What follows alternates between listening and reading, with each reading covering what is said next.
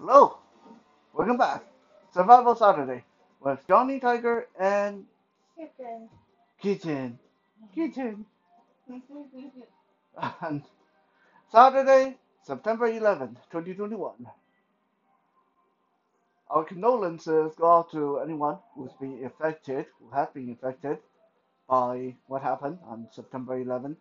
But what's more fitting than do Survival Saturday on September 11th? I mean, this is like totally logical and fitting. Uh, Today we have a little treat for you. We're going to show you guys. You see, one of the questions I get asked not just by general public, but also by some blind, visually impaired people, is how can you learn to fight when you can't see? Now there are some blind people out there who do aikido and judo and all kind of grappling stuff. And that is a little bit easier for people to visualize. A lot of people they look at me, they say, "Oh, okay, so uh, you it must be a bad idea to let you get your hand on the person, right?" Well, yeah, I mean, yeah, yeah, I can't dispute that. But just because you stay away from being grabbed by me, it's not going to really uh, make it a lot safer in most cases. Because it is perfectly possible for blind people to learn how to be, if not super good, at least very uh, skilled at striking and throwing punches and other kind of strikes.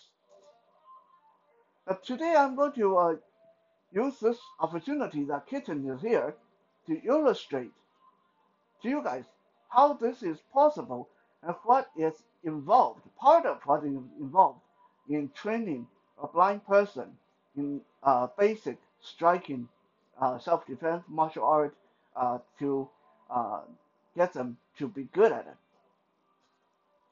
Now, first, uh, understand that this is a very good opportunity to show this because most of the time, if I am the one demonstrating this stuff, then most people's reaction is, well, yeah, but you are different. You've been doing this for 30 years. Obviously, you know how to do it. So, me doing it doesn't give it as much credibility. But Kitten is different. Now, have you trained in martial arts prior to uh, Night Strike? No. And you want to tell people a little bit about what was like? Like you told me that when you were growing up, you didn't believe in hitting, striking, stuff like that. Right. I was taught to be a good young lady. You don't raise your hand. You don't do anything physically abrasive. That's what boys do. So she came from a background where she didn't go out there and take boxing lessons. She didn't go out there and throw punches. She's been with Night Strike for, well, technically speaking, about 3 years, but because the time we have together is so limited, I would say, how long would you say your actual training would be? I would say altogether About 2 months. about 2 months, yeah. So about 2 months, I want to show you guys what is possible, even for someone who's never done any martial art, who's never done any self-defense, who didn't even believe in striking before. I want to show you guys what are the potentials in almost any blind person, as long as they're willing to clock in the work. First, let me show you guys the first most important training element in being able to do martial art, being able to fight when you're blind. Most people I believe that if you can't see it, you can't hit it, you can't grab it. But that is not true. When you're blind, some most of the time you end up with a very strong sense of location awareness, spatial awareness. And if you are like kitten who pay attention to anatomy, you also end up with a very, very great sense of body awareness. And we are going to demonstrate right now. Okay? So kitten and I will start by facing each other. As soon as you feel the contact, as soon as I grab you or put a hand on you, I want you to find my elbow joint.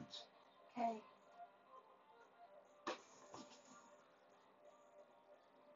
Right there. Which means later, when she gets to the point where she is karate chopping bricks, that right there, elbow gone. Okay? As soon as I make contact, find my throat.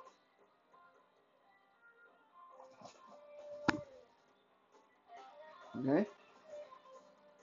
Again, later, once she learned how to attack the throat, gone. As soon as I make contact, find my thumb. Okay? This, of course, tie back into our finger control episode. Yes. As soon as I make contact, find my wrist.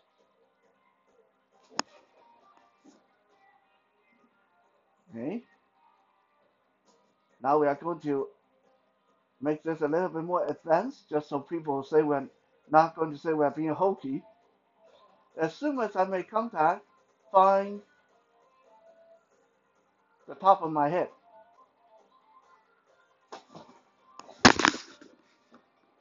Yeah. Again, once you learn a lot of striking techniques, that will pretty much be it. As soon as I make contact, find my rib cage.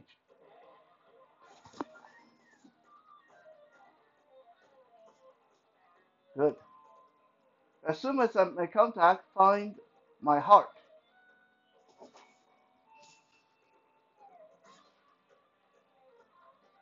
As soon as I make contact, find my collarbone.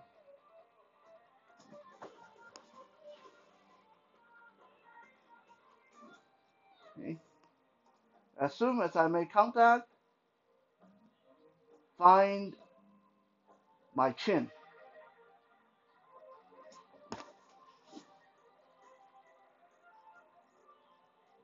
Good. As soon as I make contact, find my leg.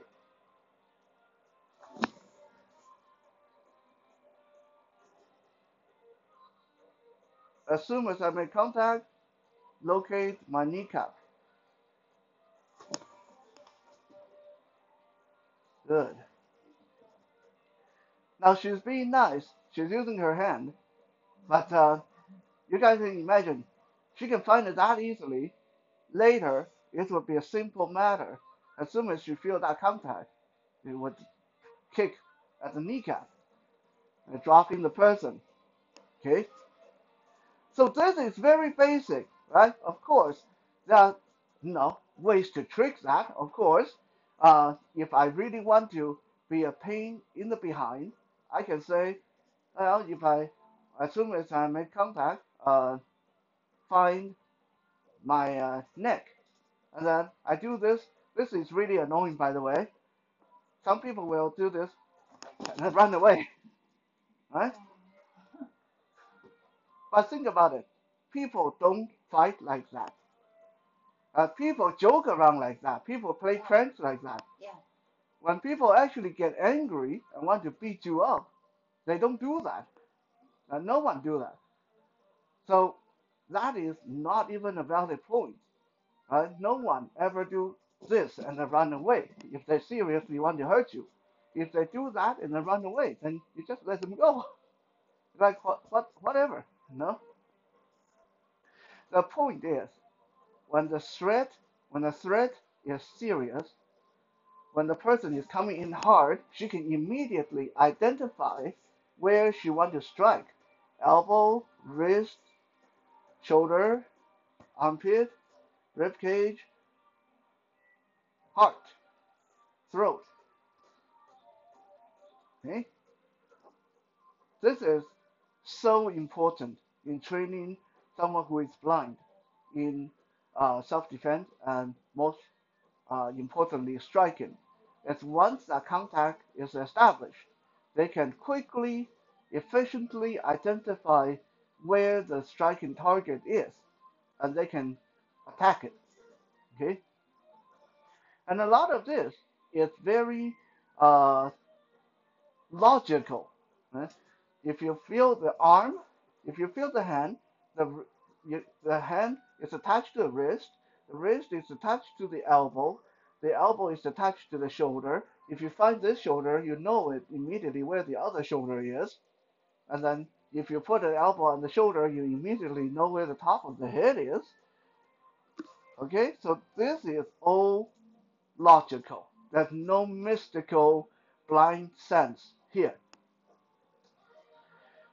Okay, now we are going to look at the next important factor in training a blind striker, blind fighter, blind self-defense expert is reaction time.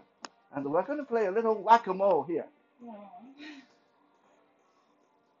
Okay, Kitten, you put this striking pad on her right hand.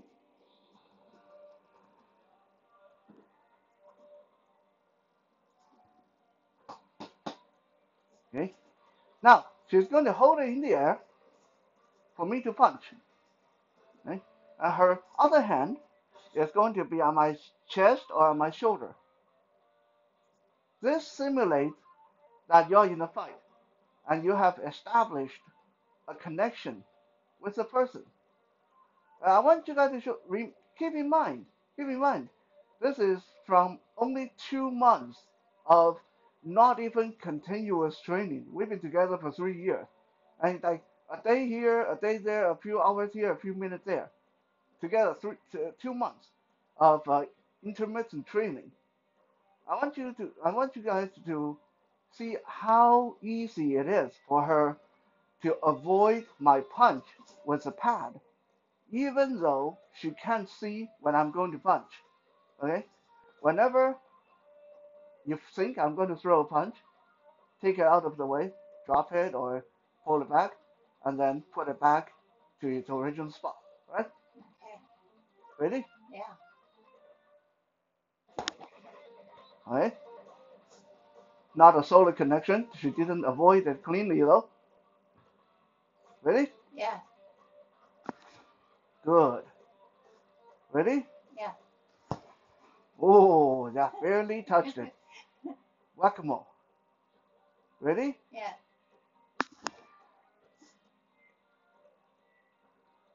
Ready? Yeah.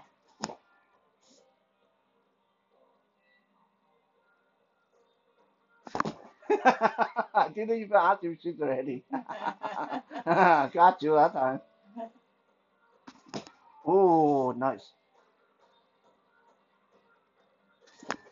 Nice. Oh, graced it.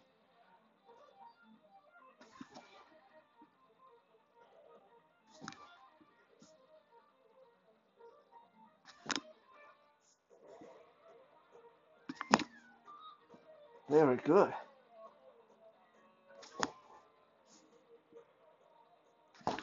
Oh, oh, a bit slow there. Huh? I'm going to hit you. I'm going to. I'm going to get you.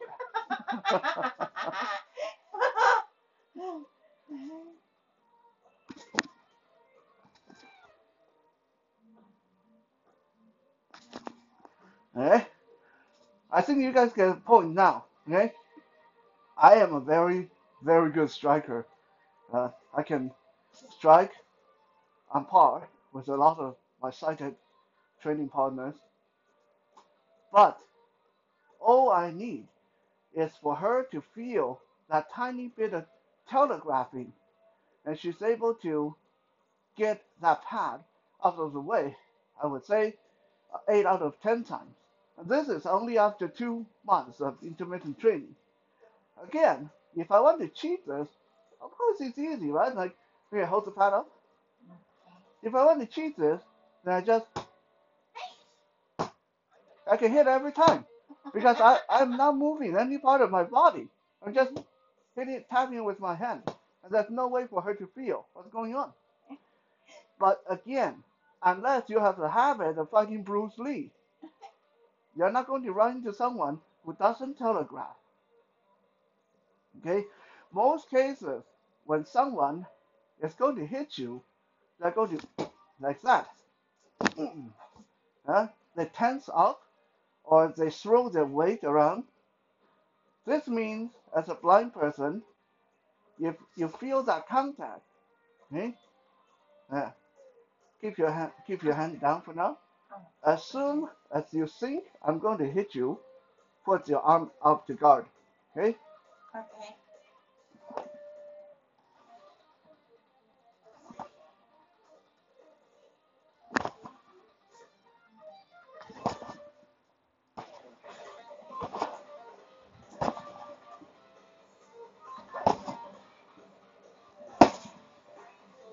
As you guys can see, work for striking, work for guarding. Okay? So if you ever come across chance training with or training another blind person, keep this in mind.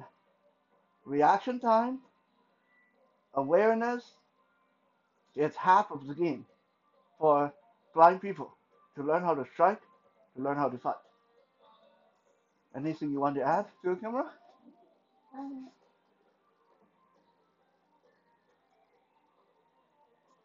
just that when when my hand was on your shoulder, then I could feel it even in my shoulder when you were jolting. So that kind of gave me um, a hint, A bit of right? What you, warning. yes, Yeah, warning with the telegraphing. yeah. So that is exactly what we're working on. As a blind person, obviously, if the person just walk up and then boom hit you, you're not going to get out of the way. You're not going to. Okay, but you guys know what?